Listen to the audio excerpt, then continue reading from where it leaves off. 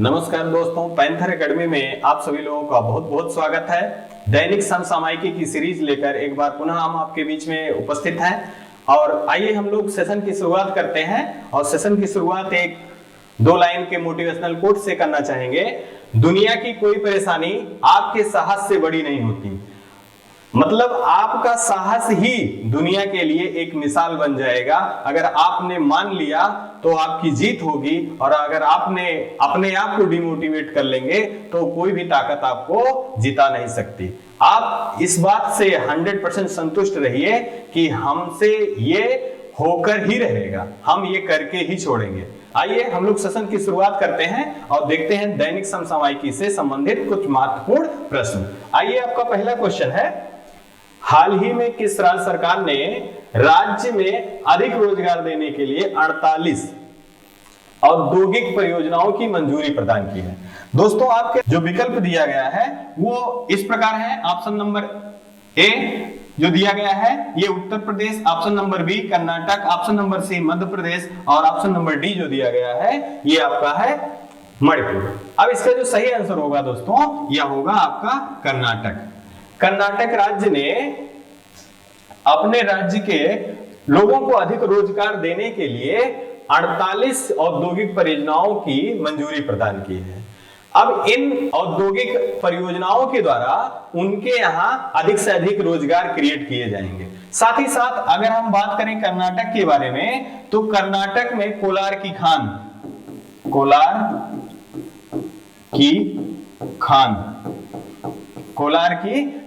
जो कि सोने की खान है। आपसे क्वेश्चन पूछा भी गया है सोने की खान कर्नाटक में किस जगह पे है, तो वो कोलार की खान है, यहां पर सोने की खान है। और कर्नाटक का नृत्य यक्षगान, ये क्वेश्चन बार बार पूछा गया है, कर्नाटक का नृत्य क्या है, तो यह यक्षगान है। साथ ही साथ अगर हम देखें कर्नाटक से संबंधित तो कर्नाटक इतिहास में जो हम्पी राज्य था वह भी कर्नाटक में स्थित है, जिसमें हम्पी राज्य में विजयनगर साम्राज्य हुआ करता था। मित्रों, उस विजयनगर साम्राज्य से भी क्वेश्चन आपकी परीक्षाओं में पूछे गए हैं। बहुत महत्वपूर्ण क्वेश्चन पूछे गए हैं कि विजयनगर साम्राज्य की स्थापना किसने की थी, तो उसका आंसर होता है हरिहर और बुक्का नामक दो भाइयों ने विजयनगर साम्राज्य की स्थापना की थी। आइए दोस्तों हम अगला क्वेश्चन देखें। आपका अगला क्वेश्चन है, हाल ही में चर्चा में रहा Pandit Hariprasad Chaurasia lifetime achievement award से किसे सम्मानित किया गया? आपके ऑप्शन मित्रों हैं उस्ताद अमजद अली खान, उस्ताद मंसूर, जाकिर अली और शौकत अली। यहां पर मित्रों जो आपका सही आंसर होगा वह होगा उस्ताद अमजद अली खान। अब उस्ताद अमजद अली खान आपका जो संगीत है, संगीत की किस विधा से जुड़े हैं, तो ये सरोद वादक है। सरोद वादक है और इन्हें भारत का द्वितीय सर्वोच्च सम्मान जिसे भारत विभूषण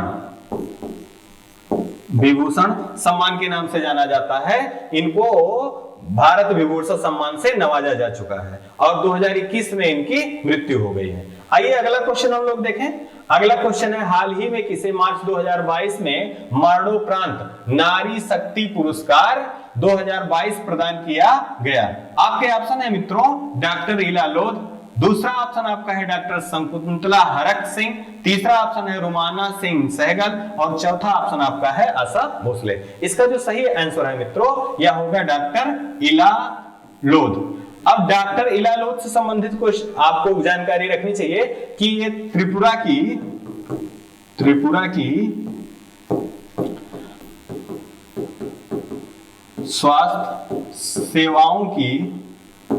सेवाओं की निदेशक रही हैं।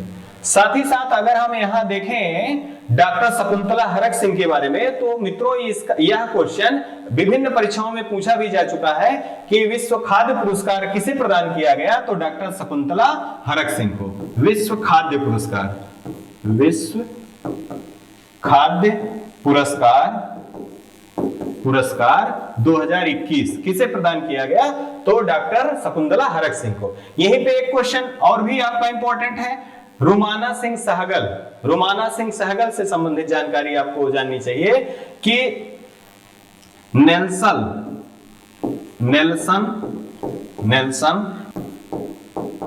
मंडेला मानवतावादी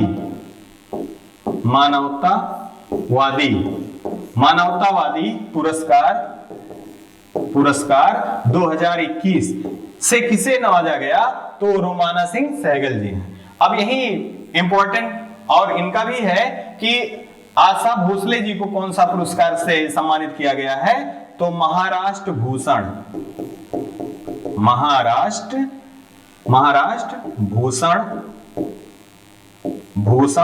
पुरस्कार 2021 से आशा भोसले जी को नवाजा गया है। मंजिल से आगे बढ़कर मंजिल की तलाश कर, गर मिल जाए दरिया तो समंदर की तलाश कर। आप हौसला बनाए रखिए और अपने कामयाबी के लिए दिन प्रतिदिन कार्य पे लगे रहिए, एक दिन आपको सफलता जरूर मिलेगी। आइए अगला क्वेश्चन हम लोग देखें, और यह है, हाल ही में किस भारतीय क्रिकेटर ने मार्च 2022 में टेस्ट क्रिकेट में कपिल देव को पीछे छोड़ दिया? तो ये आपका ऑप्शन खेल से संबंधित है। तो यहां पर आपके जो ऑप्शन दिए गए हैं, रविचंद्रन अश्विन और जसप्रीत बुमराह, उमेश यादव और जहीर खान। तो यहां जो सही आंसर होगा दोस्तों, ये होगा रविचंद्र अश्विन, जो 6 मार्च से भारत और श्रीलंका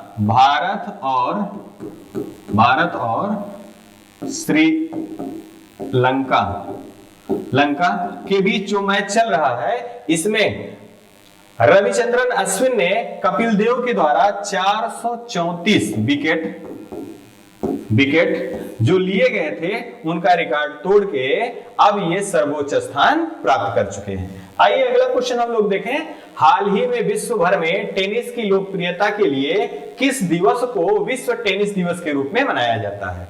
अब यहाँ पर आपके क्वेश्चन मित्रों दिए, जो आंसर दिया गया है, पहला 8 मार्च, दूसरा दिया गया है 7 मार्च, और तीसरा दिया गया है 20 मार्च, और चौथा दिया गया है आपका 24 मार्च। यहाँ जो आंसर होगा मित्रों, यहाँ से आप तमाम सारे क्वेश्चन और भी बन सकते हैं। तो इस सीरीज को आपको देखना चाहिए और आपको नोट डाउन भी करना चाहिए, ठीक है। अब आगे हम लोग देखते हैं इसमें कि इसका आंसर क्या होगा। इसका आंसर जो होगा आपका 7 मार्च 2013 में सबसे पहले, मतलब 7 मार्च 2013 को प्रथम टेनिस दिवस, विश्व टेनिस दिवस मनाया गया।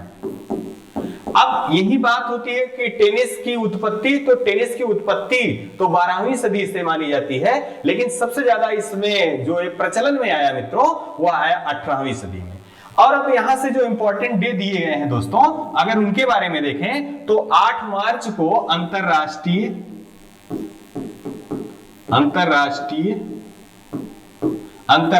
महिला दिवस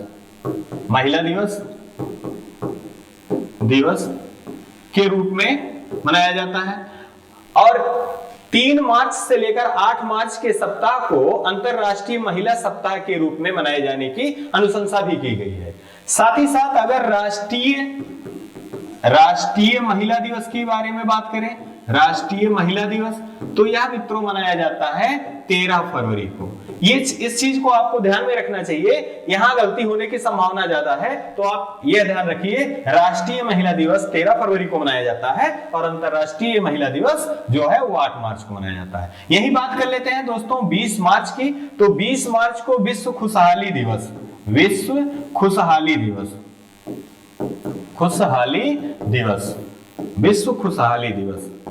के रूप में मनाया जाता है। साथ ही साथ गौरैया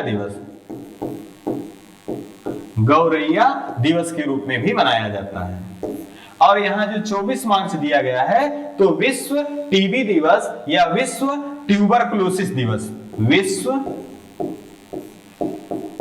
टीबी दिवस या विश्व ट्यूबरकुलोसिस दिवस के रूप में मनाया जाता है। आइए मित्रों हम अगला क्वेश्चन देखते हैं और जानकारी इकट्ठा करते हैं। हाल ही में चर्चा में रहा imaging India 2047 at the rate innovation का संबंध किस राज्य से है? तो यहां पर ऑप्शन जो दिए गए हैं, आपका ऑप्शन नंबर 1 है Chennai, option number B Gandhinagar, option number C Bengaluru और ऑप्शन नंबर डी जो दिया गया है वो लखनऊ। अब इसका जो सही आंसर होगा ये चेन्नई होगा। अब ये जो आपका imaging India 2047 at the rate मनाया जा रहा है, ये किसके सहयोग से मनाया जा रहा है? तो आईआईटी मद्रास के सहयोग से मनाया जा रहा है, सहयोग से मनाया जा रहा है। साथ ही साथ इसका उद्घाटन किसके द्वारा किया गया है? तो विज्ञान और प्रौद्योगिकी मंत्री जो है, केंद्रीय विज्ञान और प्रौद्योगिकी मंत्री श्री जितेंद्र सिंह जी के द्वारा इसका उद्घाटन किया गया। अब यही चेन्नई से आपको कुछ चीजें याद रखनी है कि चेन्नई सुपर किंग्स जो है, इन्होंने आईपीएल 2021 की खिताब जीता है कोलकाता नाइट राइडर्स को हराकर। अब यहीं पर चेन्नई से संबंधित एक क्वेश्चन और भी है, चेन्नई से संबंधित एक क्वेश्चन है कि विश्व में जो टॉप 10 अंतरराष्ट्रीय हवाई अड्डे हैं जिनका संचालन समय के अनुसार होता है, उसमें मित्रों चेन्नई भी शामिल है। और साथ ही साथ आप चेन्नई जो आपका स्थल है, इन्होंने खेल के क्षेत्र में भारत का पहला यूनिकॉर्न लॉन्च किया है चेन्नई ने। और यही अभी बात करें गांधीनगर का, तो गांधीनगर में डेक्स एक्सपो 2022 का आयोजन गुजरात के गांधीनगर में किया जा रहा है। अगर मित्रों यही हम बेंगलुरु की बात करें, तो अभी हाल ही में वेल्थ रिपोर्ट आया है, उसके अनुसार बताया गया कि विश्व में सबसे ज्यादा अरबपतियों का जो वृद्धि हुआ है उसमें भारत का स्थान क्या है? तो उसमें भारत का स्थान तीसरा है। पहला कौन है? पहला यूएसए है, दूसरा चीन है, तीसरा आपका भारत है। अब भारत में अगर देखा जाए कि सर्वाधिक अरबपतियों की श्रेणी में किस राज्य में या किस जगह पे वृद्धि हुई है, तो स्थान बेंगलुरु है। और यही अगर हम लखनऊ की बात करें दोस्तों, तो 2020 डेक्स एक्सपो का आयोजन 2020 वो लखनऊ में किया गया था, जो कि उत्तर प्रदेश की राजधानी है। आइए दोस्तों अगला क्वेश्चन देखें। हाल ही में भारत के किस शहर में इंडिया ग्लोबल फोरम का पहला संस्करण प्रारंभ किया गया? अब यहां पर आपका जो ऑप्शन दिया गया है दोस्तों, यह दिया गया है बेंगलुरु, दूसरा दिया गया है आंध्र प्रदेश, तीसरा दिया गया है केरल और चौथा दिया गया है आपका तमिलनाडु। अब यहां का जो सही आंसर होगा ये बेंगलुरु होगा। अभी बेंगलुरु से संबंधित हम लोगों ने वेल्थ रिपोर्ट के बारे में देखा। वेल्थ रिपोर्ट में बेंगलुरु से संबंधित जानकारी हमने प्राप्त किया कि बेंगलुरु जो है वो अरबपतियों की, भारत के सापेक्ष में अरबपतियों में सबसे ज्यादा वृद्धि वाला स्थान है। साथ ही साथ आप अगर बेंगलुरु से संबंधित भारत में बगीचों का शहर किसे कहा जाता है, तो उसे बेंगलुरु को भारत में बगीचों का शहर कहा जाता है। साथ ही साथ अगर हम आंध्र प्रदेश के बारे में बात करें, तो आंध्र प्रदेश का जो नृत्य है वो कुचिपुड़ी है। आंध्र प्रदेश का नृत्य जो है दोस्तों क्या है? कुचिपुड़ी है। केरल का जो नृत्य है मोहिनीअट्टम है और तमिलनाडु का जो नृत्य है वो भरतनाट्यम है। आइए हम लोग अगला क्वेश्चन देखें, और अगला क्वेश्चन आपका है, हाल ही में चर्चा में रहा पिपरी चित्तौड़ स्वारगेट तक पुणे में मेट्रो चरण का फर्स्ट उद्घाटन किसने किया? आपके विकल्प जो दिए गए हैं मित्रों, वह दिया गया है, पहला नरेंद्र मोदी, दूसरा अमित शाह, तीसरा राजनाथ सिंह, चौथा पीयूष गोयल। अब इसका जो सही आंसर है दोस्तों, वह आपका है नरेंद्र मोदी जी, जो वर्तमान में भारत के प्रधानमंत्री भी है। साथ ही साथ अगर हम बात करें कि पिंपरी चित्तौड़ जो है, यहां से ये टोटल 34 किलोमीटर का ये पूरा लक्ष्य है, लेकिन पहले चरण में ये 12 किलोमीटर का इन्होंने उद्घाटन किया है। साथ ही साथ अगर यहीं पे हम दोस्तों देखें कि भारत के सापेक्ष में मेट्रो कब प्रारंभ हुआ, तो आपका ये 1984 में कोलकाता से प्रारंभ हुआ था। अब यहां एक क्वेश्चन दोस्तों विभिन्न परीक्षाओं में पूछा गया है, और आप पेपर उठा के देखेंगे तो आपको लगेगा ये कहां से क्वेश्चन आ गया, लेकिन ये क्वेश्चन पूछा गया है कि Metro Man metro man of India, metro man of India. तो ये कहा जाता है ई श्रीधरन जी को, श्रीधरन जी को, मेट्रो मैन ऑफ इंडिया ई श्रीधरन जी को कहा जाता है। अब यहीं पे आता है और भी tiger man, tiger man, tiger man of India, tiger man of India. ये कहा जाता है कैलाश सांगला को, कैलाश सांगला को। यहीं पे water man of India, water man of India, ये कहा जाता है राजेंद्र सिंह जी को, राजेंद्र सिंह जी को, सिंह जी को। यही bird man of India, bird man of India कहा जाता है सलीम अली जी को, अली जी को। आपको लग रहा होगा ये क्वेश्चन, आपको एक क्वेश्चन के साथ इतने सारे क्वेश्चन क्यों बता दिए जा रहे हैं, लेकिन आप परीक्षा के दृष्टिकोण से अगर इनकी उपयोगिता को देखेंगे तो आप ये सारे क्वेश्चन पूछे गए हैं, किसी न किसी परीक्षा से रिलेटेड है, और आपको इन सारे क्वेश्चन को याद करा देना और आपको बार बार बता के रिवाइज करवा के रिकॉल करा देना, यही हमारी संस्था का उद्देश्य है। आइए अगला क्वेश्चन देखें। और अगला क्वेश्चन आपका है, हाल ही में चर्चा में रहा फाइनेंशियल एक्शन टास्क फोर्स ने किस देश को ग्रे लिस्ट में शामिल किया। आपके ऑप्शन दोस्तों हैं, ऑप्शन नंबर ए है संयुक्त अरब अमीरात, ऑप्शन नंबर बी है चीन, ऑप्शन नंबर सी है श्रीलंका और ऑप्शन नंबर डी जो है वो मालदीव है। इसका जो सही आंसर होगा दोस्तों यह होगा संयुक्त अरब अमीरात। अब यहीं पर संयुक्त अरब अमीरात के बारे में देखें तो संयुक्त अरब अमीरात जिसे यूएई के नाम से भी जाना जाता है, इसकी राजधानी जो है अबू धाबी है, अबू धाबी है। अब यहां पर एक चीज आपको ये समझना चाहिए, फाइनेंशियल एक्शन टास्क, ये फाइनेंशियल एक्शन टास्क की स्थापना कब हुई थी? तो इसकी स्थापना जो है दोस्तों, स्थापना जो है 1989 ईस्वी में हुई थी और इसका मुख्यालय जो है दोस्तों, मुख्यालय जो है ये पेरिस में है, पेरिस में। इतनी चीजें फाइनेंशियल एक्शन टास्क या FATF, FATF इसको शॉर्ट में बोलते हैं FATF, इसको फुल फॉर्म है फाइनेंशियल एक्शन टास्क फोर्स। अब अगर हम बात करें कि ये करता क्या है या इसका कार्य है, तो ये ग्रे लिस्ट क्या है दोस्तों, और अन्य इससे परिप्रेक्ष्य में और क्या महत्वपूर्ण परीक्षा की दृष्टिकोण से जानकारी हो सकती है। तो दोस्तों ये दो प्रकार की लिस्ट जारी करता है, एक ग्रे लिस्ट है, ग्रे लिस्ट, दूसरी जो है वो ब्लैक लिस्ट है। अब दोस्तों यहां ये समझना होगा कि ग्रे लिस्ट किससे संबंधित है और ब्लैक लिस्ट किससे संबंधित है। तो ग्रे लिस्ट उन देशों से संबंधित है दोस्तों जहां पर आतंकवादी गतिविधियां या आतंकवादियों को शरण दिए जाने की अनुशंसा होती है, या जहां पर आतंकवादियों को ठहरने के लिए उचित प्रबंध होता है, या उस देश में आतंकवादियों के खिलाफ कोई विशेष ठोस कदम नहीं उठाया जाता, उसको FATF जो है उसके संज्ञान में अगर ये बात जानकारी में आ जाता है तो उसको ग्रे लिस्ट में डाल दिया जाता है। आपके पड़ोस में ही पाकिस्तान है जो कि ग्रे लिस्ट में पहले से ही पड़ा हुआ है।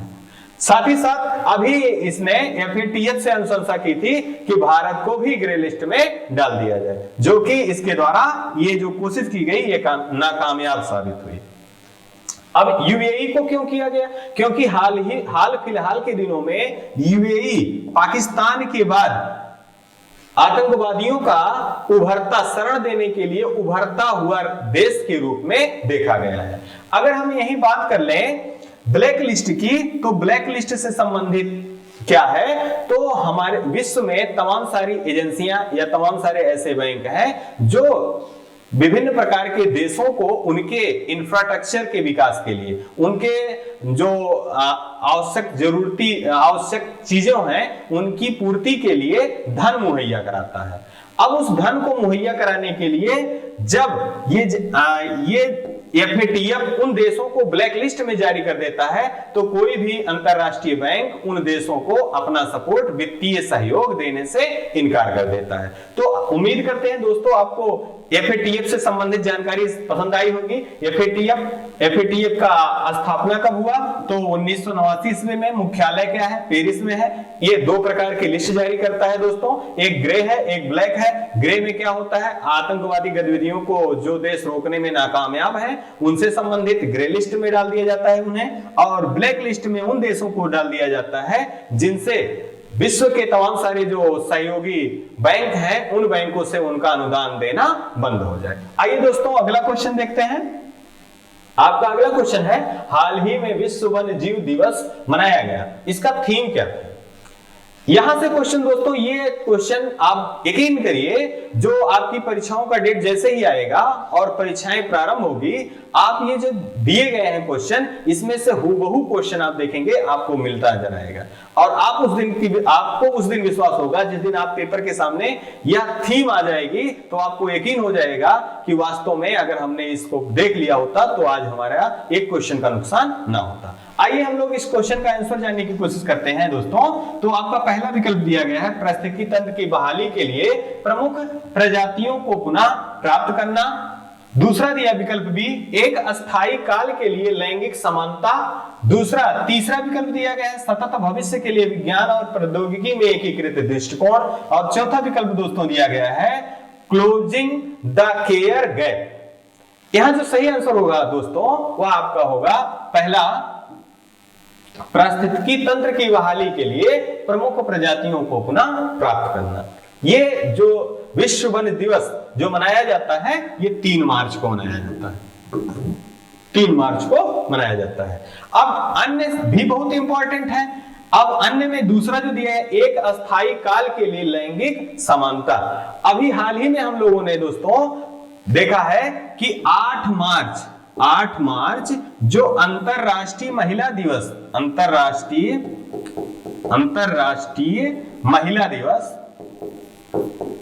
महिला दिवस के रूप में मनाया गया।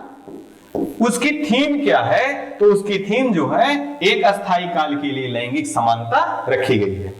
आपको पता होगा एसडीजी, सस्टेनेबल डेवलपमेंट गोल, अगर यहां बात करें मित्रों तो एसडीजी 5 में लैंगिक समानता की बात की गई है। अगर आपको रिकॉल करना है तो आप देखिए एसडीजी नंबर 1 जो है वो आपको गरीबी कम करने की बात करता है, एसडीजी नंबर 2 जो है वो भूखमरी कम करने की बात करता है, और अगर एसडीजी नंबर 3 की बात करें तो वह स्वास्थ्य सुविधाओं की मुहैया करने की बात करता है, और अगर एसडीजी नंबर 4 की बात करें तो शिक्षा की बात करता है, और एसडीजी नंबर 5 की बात करें दोस्तों तो वो लैंगिक समानता की बात करता है। एसडीजी नंबर 6 अगर बात करें स्वच्छ जल की बात करता है, साथ ही साथ एसडीजी नंबर 7 की बात करें तो स्वच्छ ऊर्जा की बात होती है।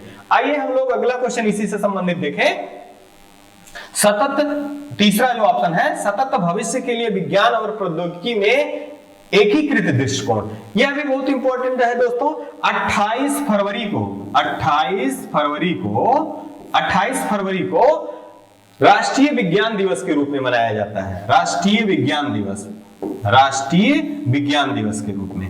2022 की जो थीम है, सतत विकास के लिए विज्ञान और प्रौद्योगिकी में एकीकृत दृष्टिकोण, राष्ट्रीय विज्ञान दिवस 2022 की थीम है। लास्ट विकल्प आपका दोस्तों दिया गया है, क्लोजिंग द केयर गैप, ये भी बहुत इंपॉर्टेंट है दोस्तों। विश्व कैंसर दिवस